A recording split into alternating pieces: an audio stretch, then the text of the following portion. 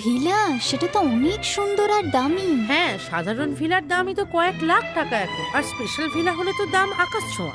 এরকম ভিলা হুয়া ম্যাডামের থাকবে না তো আর কার থাকবে, যেখানে হুয়া ম্যাডামের হাজবেন্ড স্বয়ং প্রেসিডেন্ট স্যার। সত্যি তাই, এরকম দামি ভিলা আপনাদের মতো হাইফাই মানুষদেরই মানায়। আরে কি যে বলো তোমরা, এবার কিন্তু বাড়িয়ে বলছো। আমাদের সবেমাত্র বিয়ে হয়েছে, সুখী হতে গেলে সঠিক মানুষকে বিয়ে করা প্রয়োজন। চাইলে আমিও যে কাউকে এরকম সুন্দর রিচ হাজবেন্ড খুঁজে দিতে পারি। চাইলে আমার সাথে অবশ্যই যোগাযোগ করো। তুমি কাকে রিচ হাজবেন্ড খুঁজে দেওয়ার কথা বলছো?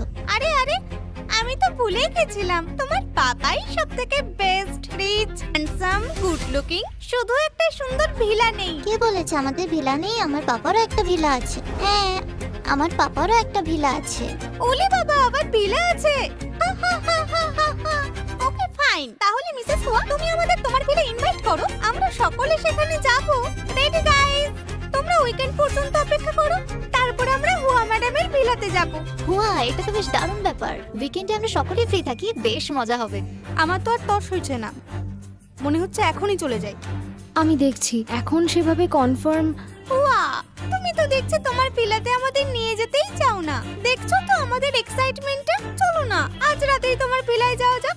আমার মামাকে সময় দাও, তোমরা সকলে উইকেন্ডে এসো। শুধু তুমি নয়, সকলের নিমন্ত্রণ রইল। আসলে তোমার মামি ভয় পাচ্ছে। কিসের ভয়? আমার মামি ভয় পাচ্ছে না। হে ভগবান, এবার আমি কি করব? কোথা থেকে আনবো এই ভিলা? কেন? এটা তো পাপার নিজেরই ভিলা। এটা তো পাপারই ভিলা। না না, এটা তো আমার বসের ভিলা। আমি তো আগেই এই ব্যাপারে জানিয়েছিলাম। সেরকম হলে একদিনের জন্য আমি বসের ভিলাটা ম্যানেজ করতে পারি, তারপর ওখানেই আপনার অফিস কলিগদের ডেকে নেবেন। কিন্তু এতে আপনার বস বিরক্ত হবেন না? সেটাও ঠিক, তাহলে আমরা কিছু একটা বাহানা দেব। বাহানা?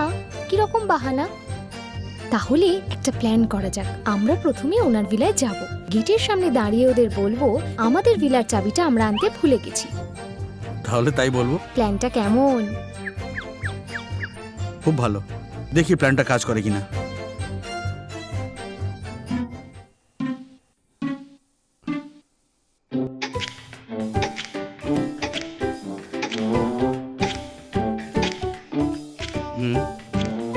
থ্যাংক ইউ, বস একদিনের জন্য আমাদের ভিলাটা দিতে রাজি হয়ে গেছে। সত্যি?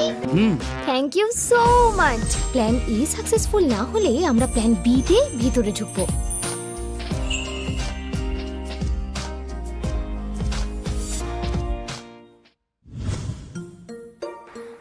সেই পচা আন্টিটা পাপা মাম্মিকে অপমান করবে বলে এখানে জোর করে আসতে চেয়েছে। আজকে ওদের দেখিয়ে দিতে হবে আমাদেরও ভিলা আছে।